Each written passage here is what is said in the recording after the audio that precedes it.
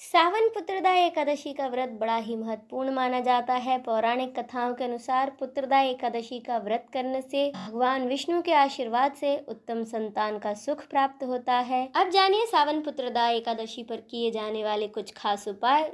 मान्यता है इन उपायों को करने से उत्तम संतान की प्राप्ति हो सकती है। सावन पुत्रदा एकादशी के दिन व्रत रखकर भगवान विष्णु की पूरे विधि विधान और भक्ति से पूजा करें।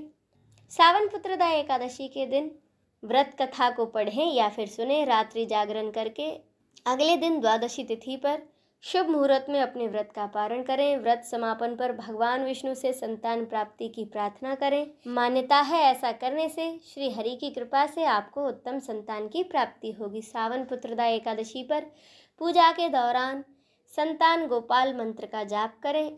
ऐसा माना जाता है कि इस मंत्र का जाप करने से संतानहीन दंपतियों को संतान सुख प्राप्त होता है। इसमें भगवान श्री कृष्ण से प्रार्थना करते हैं कि वे कृपा करें और हमें संतान सुख का आशीर्वाद दें। संतान गोपाल मंत्र कुछ इस प्रकार से है कि ओम देवकी सुत गोविंदम वासुदेव जगतपते देहि में तनयम कृष्ण त्वामहम शरणम गतः।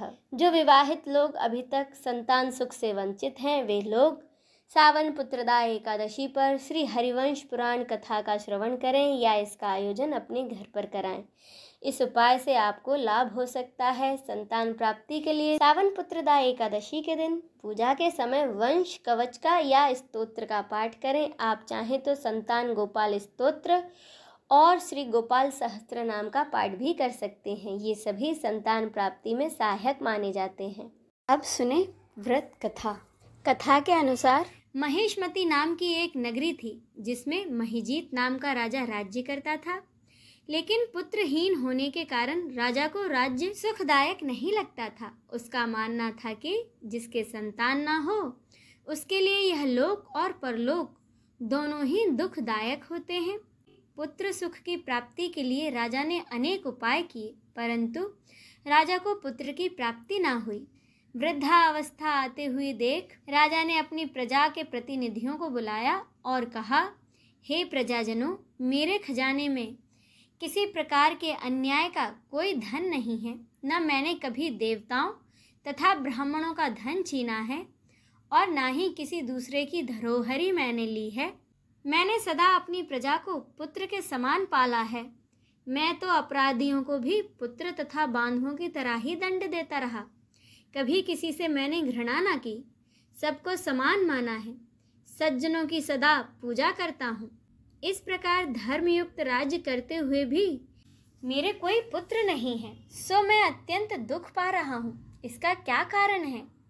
राजा महिजीत की इस बात को विचारने के लिए मंत्री तथा प्रजा के प्रतिनिधि वन को गए। वहाँ बड़े बड़े ऋषि मुनियों के उन्होंने दर्शन किए और अपने राजा की उत्तम कामना की पूर्ति के लिए किसी श्रेष्ठ तपस्वी मुनि को देखते फिरते रहे।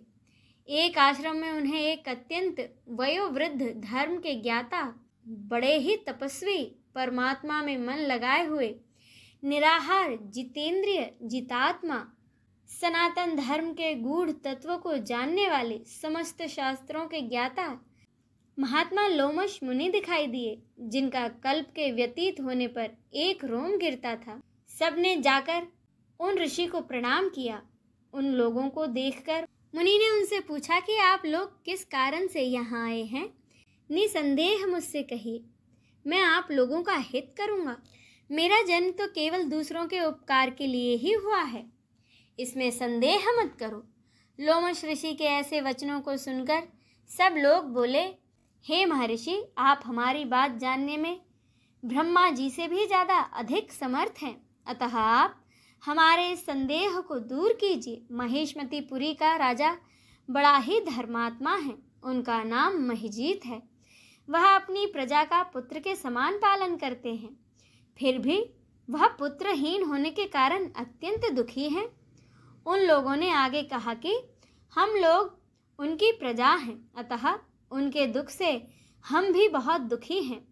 आपके दर्शन से हमें पूरा विश्वास है कि हमारा ये संकट अवश्य दूर होगा, क्योंकि महान पुरुषों के दर्शन मात्र से ही अनेक कष्ट दूर हो जाते हैं। अब आप कृपा करके राजा के पुत्र होने का कोई उपाय बतलाएं। यह वार्ता सुनकर लोमश ऋषि ने थोड़ी देर के लिए अपनी आंखें बंद की और राजा के पूर्व जन्म का वृत्तांत जानकर वे कहने लगे कि यह राजा पूर्व जन्म में एक निर्धन वैश्य था। निर्धन होने के कारण इसने कई बुरे कर्म किए। यह एक गांव से दूसरे गांव व्यापार करने जाया करता था। एक समय ज्येष्ठ माह के शुक्ल पक्ष की द्वादशी के दिन मध्याह्न के समय, जबकि वह 2 दिनों से भूखा प्यासा था, एक जलाशय पर पानी पीने गया। उसी स्थान पर एक गौ पानी पी रही थी।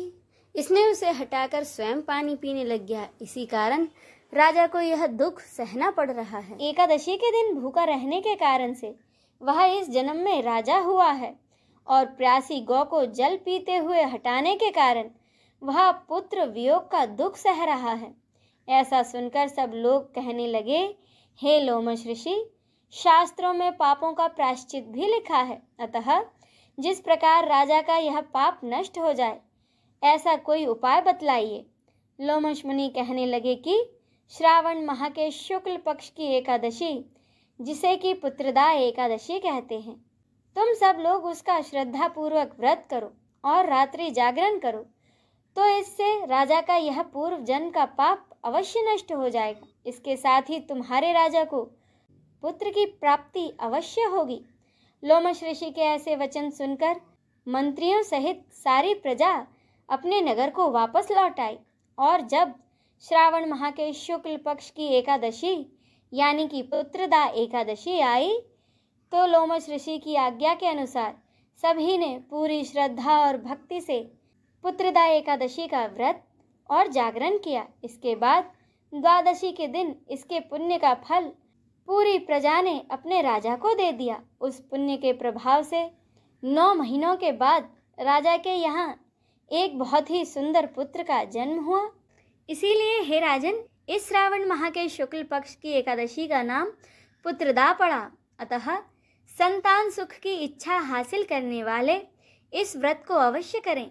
इसके महात्म्य को सुनने से मनुष्य सभी पापों से मुक्त हो जाता है और इस लोक में संतान सुख भोग कर अंत में स्वर्ग को प्राप्त होता है। इसी के साथ यह व्रत कथा संपूर्ण होती है। जय श्री कृष्ण।